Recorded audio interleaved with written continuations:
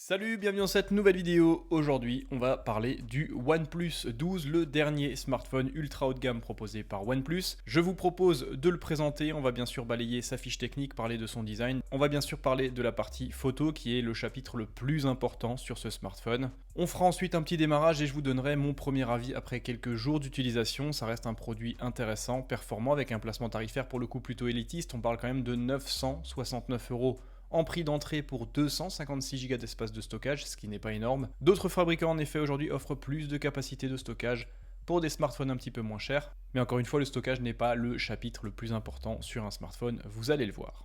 Au niveau des accessoires, vous aurez un énorme bloc chargeur. Alors là, ça n'est pas la version française. Rassurez-vous, si vous l'achetez vous dans le commerce, vous aurez le bloc chargeur adapté directement à nos prises. Moi, c'est un import qui vient d'Asie, donc je n'ai pas une prise adaptée. Point intéressant, ce bloc chargeur offre une puissance de 100 watts grâce à la technologie SuperVOOC. C'est plutôt sympathique, d'autant plus que le smartphone embarque une batterie plutôt solide de 5400 mAh. Une telle puissance, du coup, ça permet de le recharger très rapidement. On le verra juste après. Et bien sûr, comme toujours, on retrouvera un câble de chargement USB type A vers USB type C. C'est assez surprenant d'ailleurs en 2024 de retrouver encore une fois un bloc chargeur compatible USB A. La plupart des autres fabricants proposent directement des connectivités USB type C sur leurs nouveaux chargeurs. Quoi qu'il en soit, vous pourrez au moins utiliser des anciens câbles, ce qui est plutôt sympa. Et enfin, pour en finir avec les accessoires qui accompagnent ce OnePlus 12, on retrouve une coque de protection souple directement fournie dans la boîte. Très intéressant bien sûr pour réduire les risques d'endommagement au niveau du capteur photo qui, comme vous pouvez le voir, est assez proéminent par rapport à la coque du smartphone. Voilà pour les accessoires qui accompagnent ce OnePlus 12, on va maintenant parler de son design, de sa fiche technique et de ses performances.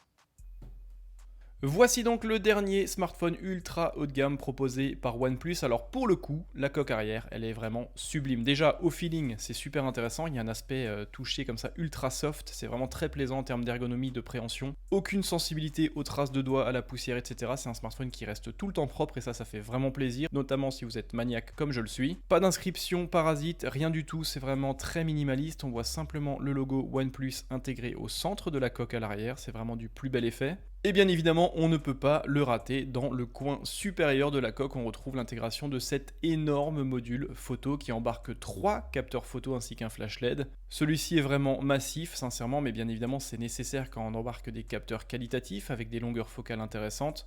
Point que je trouve assez sympa, c'est qu'on trouve le détail directement des focales et des ouvertures de chaque optique. Je trouve ça plutôt sympa, ça apporte un côté professionnel. On voit également le petit logo Hasselblad sur le côté. Donc on aime ou on n'aime pas, c'est une histoire de goût, quoi qu'il en soit. Moi j'aime un petit peu le parti pris, c'est assez original et ça change un petit peu de ce qu'on a l'habitude de voir.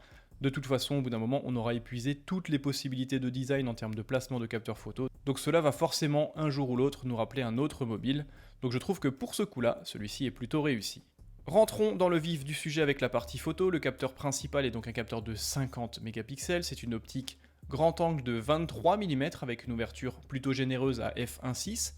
Bien évidemment, on retrouve une excellente stabilisation optique. Et point intéressant, il s'agit en effet du dernier capteur Sony LYT-808, ce qui permet de faire des photographies vraiment réussies. Je trouve que le contraste est bien géré, il y a vraiment un piqué homogène sur l'intégralité de la photographie. Fort heureusement, Hasselblad apporte sa patte et son expertise dans ce domaine-là. Et comme toujours avec une telle définition, on aura bien sûr la technologie de pixel binning pour générer des photosites 4 fois plus grands et de ce fait-là offrir des photographies en 12,5 mégapixels moins sensibles au bruit numérique. Il y aura moins besoin de monter en ISO pour capter de la luminosité. Ça permettra bien sûr de faire des photos plus propres et plus lisibles si la lumière tente à manquer. Et si vous le souhaitez, rassurez-vous, vous aurez accès à l'intégralité des 50 mégapixels grâce à la fonctionnalité haute résolution qui s'activera d'ailleurs sur les 3 capteurs. Ça c'est plutôt cool.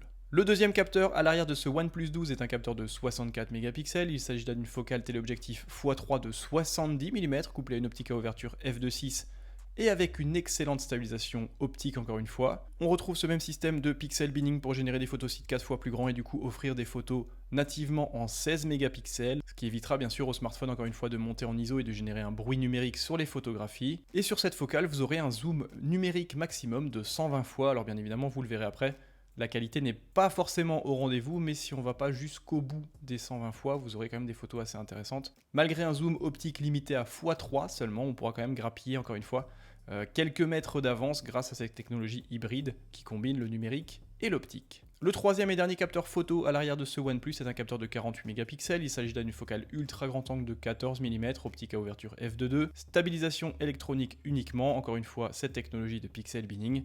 Les résultats pour le coup sont plutôt intéressants, même si bien sûr on retrouve tous les défauts inhérents à cette optique là. c'est-à-dire un manque de piqué notamment sur les pourtours de la photographie, mais ça apporte une polyvalence plutôt sympa. La captation vidéo sur ce smartphone, bien sûr, point positif, 8K à 24 images par seconde, 4K à 30 et 60 images par seconde, technologie HDR. Le résultat est très bon, la stabilisation optique est excellente, c'est un smartphone qui s'en sort très bien, forcément, dans ce domaine-là. Et enfin, pour en finir avec la partie photo et vidéo sur ce OnePlus 12, au niveau du capteur frontal directement intégré dans ce poinçon, on retrouve un capteur de 32 mégapixels, couplé à une optique à ouverture f2.4, il s'agit là d'une focale grand angle de 21 mm.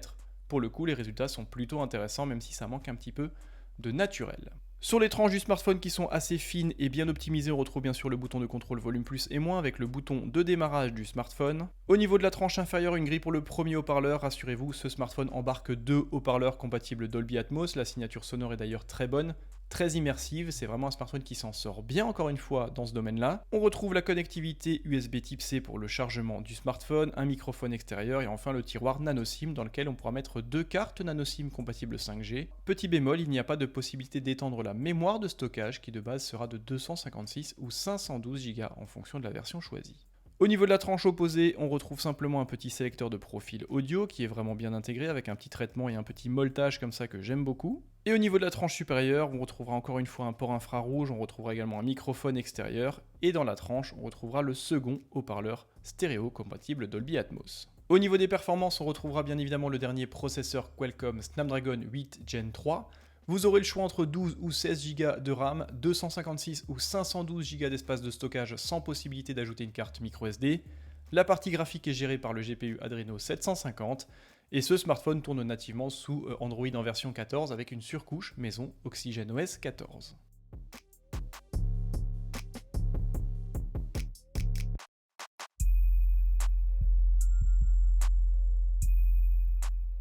Une fois qu'on a démarré le smartphone, on tombe bien évidemment sur la pièce maîtresse et c'est un sublime écran de 6,82 pouces, donc pour le coup c'est vraiment un énorme écran. Technologie bien sûr AMOLED Pro XDR, définition incroyable Quad HD+, donc du 3168 par 1440 pixels, on a donc une énorme densité de 510 pixels par pouce. Bien évidemment cet écran offre une technologie LTPO, donc on a vraiment un taux de rafraîchissement qui est dynamique de 1 à 120 Hz. Cet écran offre également une technologie baptisée AquaTouch, ce qui permet de l'utiliser totalement avec précision même si vous avez les mains mouillées ou s'il se met à pleuvoir par exemple lors de l'utilisation. Et au niveau de la protection, en plus d'un film de protection posé en usine, on a un traitement Gorilla Glass Victus 2. Bref, vous l'aurez compris, au niveau de l'écran, c'est absolument sublime. Mention particulière à la luminosité qui est folle, que ce soit à l'intérieur ou à l'extérieur, c'est vraiment un écran très lisible, très réactif et qui fait plaisir. L'autonomie, elle est encore une fois très bonne sur ce smartphone. On retrouve une batterie de 5400 mAh, ce qui est dans la moyenne des smartphones haut de gamme. Par contre, au niveau de la performance de recharge, grâce au bloc chargeur qui est fourni d'origine dans la boîte, c'est assez rare pour être signalé en 2024, vous aurez accès à la technologie SuperVOOC 100 watts, ce qui vous permettra de passer de 0 à 100% en 27 minutes, ça c'est absolument fou je trouve. Si vous avez oublié de recharger votre smartphone la journée, que vous devez repartir, le temps d'une douche, de s'habiller, etc., le smartphone est quasiment plein, c'est vraiment très sympathique. Et en plus celui-ci offre une technologie de charge sans fil baptisée AirVOOC, qui offre une puissance de 50 watts et il faudra compter environ 50 minutes pour passer de 0 à 100% en charge sans fil. Encore une fois, c'est plutôt intéressant. La connectivité n'est pas en reste, bien évidemment, smartphone compatible 5G Dual SIM, Wi-Fi en version 7, Bluetooth en version 5.4, module NFC. Bien sûr, on a la possibilité de mettre une carte dématérialisée eSIM. C'est donc un smartphone qui coche toutes les cases des smartphones haut de gamme en 2024. Au niveau du design, malgré une énorme dalle de 6,82 pouces, je trouve qu'il est plutôt agréable. Il est assez bien développé, l'ergonomie est vraiment bien réalisée. L'aspect soft à l'arrière permet d'avoir une ergonomie très intéressante. Le taux d'optimisation de la face avant est très bon, ce qui en fait un smartphone plutôt agréable. Le poids est bien réparti, c'est bien évidemment un smartphone plutôt lourd, aux alentours de 220 grammes.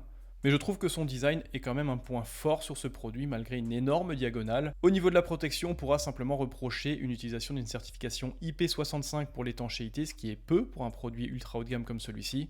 On a en effet l'habitude de voir des smartphones IP67 ou IP68 au minimum. L'interface, il n'y a absolument rien à redire, c'est un smartphone qui est comme toujours très véloce, OnePlus n'a jamais eu de loupé par rapport à ça, il tourne sur Android en version 14 avec une surcouche maison baptisée OxygenOS en version 14 encore une fois. On peut paramétrer tout ce que l'on souhaite, c'est vraiment très fluide, très sympathique, tout est très joli et bien développé. C'est vraiment un smartphone qu'on peut paramétrer à sa sauce et c'est ce que j'aime tout particulièrement avec OnePlus. Et la navigation, comme vous l'avez vu, est vraiment ultra fluide. La partie photo, j'en ai parlé rapidement avant, je ferai bien sûr d'autres tests un petit peu plus tard que je partagerai sur mon compte Instagram. J'ai d'ailleurs déjà fait des photos comparatives entre mon iPhone 15 Pro Max et ce smartphone, d'ailleurs il s'en sort très bien, notons-le. Je trouve que la signature est plutôt intéressante, les contrastes ne sont pas exagérés, la colorimétrie est assez fidèle à la réalité. C'est un smartphone qui permet vraiment de vraiment bien exercer la photographie, c'est très agréable, on peut paramétrer tout ce que l'on souhaite. L'accès à l'intégralité des pixels également sur les capteurs est plutôt intéressant si l'on souhaite faire des photos très croppées. C'est vraiment un smartphone qui offre une qualité en termes de rendu photo plutôt intéressante. Vous voyez là, je zoome quand même énormément et la photographie reste très propre. C'est assez surprenant encore une fois. Sachant que le format de base est celui-ci, je trouve que la capacité de zoom pour un capteur de 64 mégapixels est vraiment très bonne. Et ça, c'est la réalisation d'une photographie avec un zoom numérique 120 fois. Forcément, la qualité, elle est vraiment pourrie, on va pas se mentir. Mais je trouve ça relativement impressionnant, encore une fois, par rapport à la distance à laquelle est la flèche de la cathédrale par rapport au point de prise de vue. On parle quand même de cette petite flèche qui est juste ici. Donc vous voyez, j'arrive pas du tout à la zoomer. On peut quand même saluer la capacité de captation à main levée, même si bien sûr il n'y a aucun détail. Pour le reste, je ferai peut-être une autre vidéo un petit peu plus tard. Quoi qu'il en soit, posez-moi toutes les questions que vous voulez sur ce smartphone. Ça reste un produit intéressant, bien développé, qui offre un design réussi et une fiche technique tout à fait solide. Mention spéciale à cet écran absolument sublime. Après, ayez quand même en tête que c'est un écran qui est énorme, 6,82 pouces. Mais quel plaisir d'avoir une telle définition, une telle densité de pixels, une telle capacité de taux de rafraîchissement avec cette technologie LTPO. Et en plus, la sérénité apportée par un traitement Gorilla Glass Victus 2. C'est vraiment un smartphone qui offre une belle expérience, que ce soit visuelle, sonore ou photographique. Et en bonus, vous aurez en plus la performance d'une recharge d'une puissance de 100 watts avec un bloc chargeur fourni d'origine. C'est plutôt intéressant. Voilà pour la vidéo de déballage et de présentation rapide du OnePlus 12. C'est un smartphone qui, je le rappelle, est proposé actuellement en France à 969 € dans sa version de base, c'est-à-dire 12 Go de RAM, 256 Go d'espace de stockage. Une autre version avec 16 Go de RAM et 512 Go d'espace de stockage est également disponible aux alentours de 1000 € sur le site de OnePlus. Posez-moi les questions que vous voulez sur ce smartphone dans les commentaires ou sur Instagram. Je posterai bien sûr d'autres photos, vidéos et informations sur mon compte Instagram que vous retrouverez en description de cette vidéo. Merci en tout cas d'être toujours plus nombreux, prenez soin de vous et à très bientôt. Bye bye.